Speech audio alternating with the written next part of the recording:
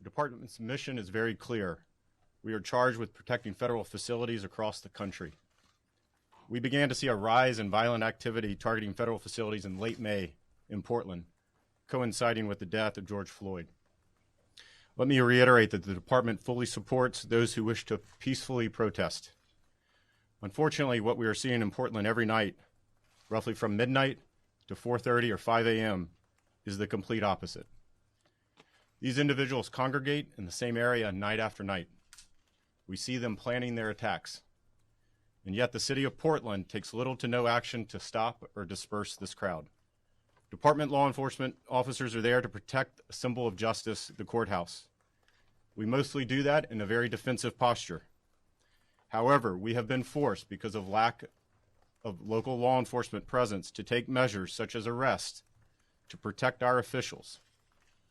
The law is clear on what our authority entails. Specifically, federal statute states that the Secretary of Homeland Security, and I'm quoting, shall protect buildings, grounds, and property that are owned, occupied, and secured by the federal government. The law goes on to state that the department can conduct investigations, again I'm quoting, on and off property in question, on offenses that may have been committed against property owned and occupied by the federal government or persons on that property.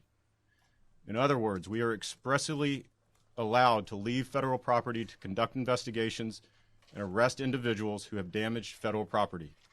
It just makes common sense. We're not going to allow somebody to walk up to the federal property, assault a federal officer or agent, and because then they walk off federal property, then we're going to say, oh, we can't go arrest you. Well, that doesn't make sense. Of course we're going to arrest you, and we have the authority to make that arrest, and we will continue to do that.